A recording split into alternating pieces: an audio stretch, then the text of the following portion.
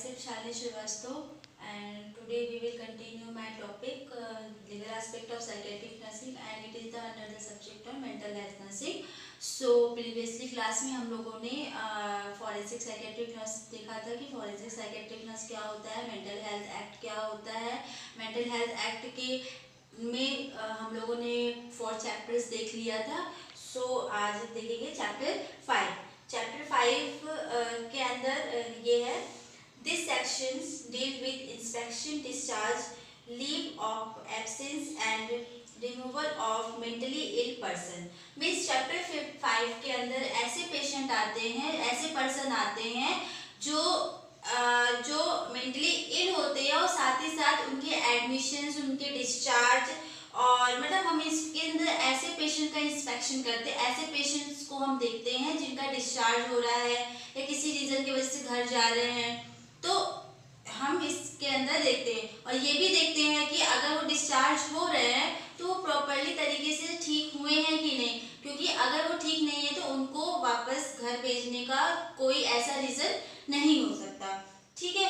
और साथ ही साथ फिर उसके बाद नेक्स्ट 6 चैप्टर है। This section deal with juvenile equation regarding mentally ill person possessing property। Means इसके अंदर ऐसे पेशेंट आते, ऐसे पर्सन, मेंटली इल पर्सन आते हैं जो अपनी प्रॉपर्टी को लेके बहुत ही ज़्यादा परेशान रहते हैं, पॉसेसिव रहते हैं कि मैं किसी अदर को अगर अपनी प्रॉपर्टी दूंगा तो वो बाद में उनको उनकी प्रॉपर्टी उनके हाथ में वापस नहीं आएगी। तो हमें उनके थोड़े साइकोलॉजिकल स्टेटस को देखना है।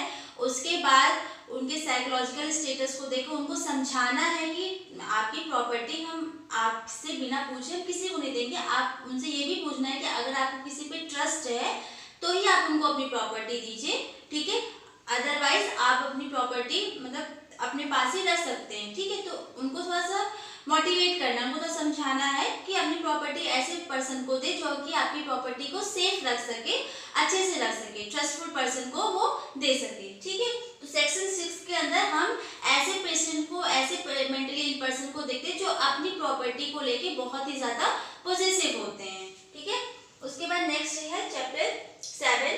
चैप्टर 7 के अंदर है, this section deal with the reliability to meet cost maintenance of mentally ill person denied in psychiatric hospital और psychiatric nursing। मीन्स इस सेक्शन के अंदर ऐसे पर्सन, ऐसे पेशेंट आते हैं जो कि अपने जो भी उनको कॉस्ट मिल रहा है, ठीक है, तो उस चीज उसको ले मतलब जो भी हॉस्पिटल में तो उसको डिनाइड ना करे, मतलब उनको लेने से मना ना, मतलब अगर उनको मिल रहा है, क्योंकि मेंटली हॉस्पिटल में जो गवर्नमेंट, क्योंकि बिना वो मेंटली हॉस्पिटल जो होता है वो गवर्नमेंट के थ्रू ही वो पास होता है। उसके बाद वो सारे कॉस्ट जितने भी उनके एडमिशन, डिस्चार्ज के जो भी प्रोसीजर हो रहा है, तो सारी चीज़ों के कॉस्ट सिर्फ गवर्नमेंट ही देती है, अदर कोई नहीं देता है। ठीक है, तो अगर उनको मिल रहा है, जो भी पे ऑफ कॉस्ट उनको दिया जा रहा है, तो उस चीज़ को वो डिनाइड ना करे, लेने से मना ना करे। ठीक है, वो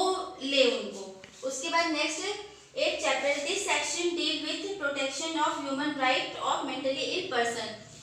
आप इसको देख लीजिए, मतलब कि इसमें ऐसे मतलब इसमें क्या, इस सेक्शन के अंदर, इस चैप्टर के अंदर ये देखा गया, इसमें मतलब ये चीज़ है कि जो भी उनके मेंटली इल पर्सन के राइट्स हैं, ठीक है, कि वो अपने से खा पी सकते हैं, अपने पसंद का कोई भी कपड़ा पहन सकते हैं, उनको जो भी टॉर्चर किया जा रहा है वो चीज़ उनके साथ ना हो, उनको कोई भी प्रॉब्लम हॉस्पिटल में ना हो। उसके अलावा अगर, क्योंकि मेंटली इल पर्सन प्रीवियसली मैंने बताया था कि कुछ ऐसे होते हैं, वो मतलब उनकी जो साइकोलॉजिकल कंडीशन होती है कुछ बच्चों की तरह हो जाती है। ठीक है, वो कुछ भी करना चाहेंगे तो हमें उनको मना नहीं करना है, हमें उनको करना है अपने ऑब्जर्वेशन में रखें। अगर वो खेलना चाह रहे हैं, हमारे साथ कहीं जाना चाह रहे हैं, घूमने भी जाना चाह रहे हैं, जॉब भी करना चाह रहे हैं, तो हमें उनको जॉब करने की अपॉर्चुनिटी देनी है। ठीक है, इसीलिए साइकेट्रिक हॉस्पिटल में रिहैबिलिटेशन रूम बनाया जाता है, जहाँ पे वो अपनी नई नई चीज़ें, अपने दिमाग से कुछ भी नई नई चीज़ें बनाते हैं। ठीक है, नाउ नेक्स्ट चैप्टर 9 में है, this section deal with followed of established and maintenance of psychiatric hospital and nursing home, penalties which can be relatively and explicit contravening them. contravening का मतलब होता है कि किसी भी रूल्स को फॉलो ना करना, ठीक है। तो इसमें क्या है, इस सेक्शन के अंदर जो भी साइकेट्रिक हॉस्पिटल में जो भी मेंटेनेंस किए जा रहे हैं हॉस्पिटल को लेके, तो और पेनाल्टीज वगैरह, तो ये सारी चीजें मतलब अगर पेनाल्टीज दिया, मतलब जो भी पेनाल्टीज मिल रही है उनको, जो भी पे ऑफ कॉस्ट दिया जा रहा है, तो उस चीज को मतलब कि डिनाइड नहीं करना है, ठीक है। अगर कुछ भी उनको दिया जा रहा है तो वो चीजें उनको लेनी है, ठीक है। लास्ट है ये मेंटल हेल्थ एक्ट का लास्ट चैप्टर है, चैप्टर 10। इस सेक्शन के थ्रू पेशेंट के ऊपर अगर कोई भी प्रोसीजर किया जा रहा है तो उसको पहले क्लैरिफाई करना है कि आप अगर उसको ईसीटी दिया जा रहा है तो ईसीटी उसको बताना है कि क्या होता है ईसीटी, ठीक है। उसके बाद इसमें हम आपके साथ मतलब कौन सा किस तरह का प्रोसीजर करेंगे, आपको इसमें कोई भी प्रॉब्लम नहीं होगी, सारी चीजें बतानी है। उनके साथ साथ उनकी फैमिली मेंबर्स को भी चीज बतानी है कि आगे मतलब वो इस थेरेपी के थ्रू वो ठीक हो सकते हैं। तो बिना क्लैरिफाई किए, बिना कोई मतलब किसी भी चीज कोई भी प्रोसीजर करने से पहले क्लैरिफाई किए हुए, बिना बताए हुए हमें पेशेंट के ऊपर कोई भी प्रोसीजर नहीं करना है, ठीक है। तो ये सेक्शन है, this section deal with the clarification pertaining to certain procedure to be followed by medically officer charge in charge and psychiatric hospital nursing। और इसके साथ साथ जो भी प्रोसीजर हम कर रहे हैं वो इंचार्ज, जो भी उस प्रोसीजर का इंचार्ज है, उसके प्रेजेंस में, जो भी साइकेट्रिस्ट है उसके प्रेजेंस में, ठीक है।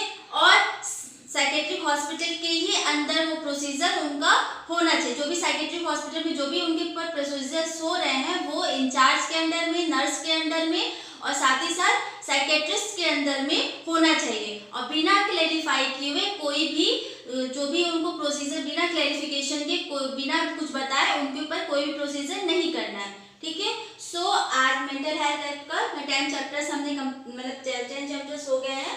सो नेक्स्ट क्लास में हम देखेंगे the Neolithic act, okay. So thank you.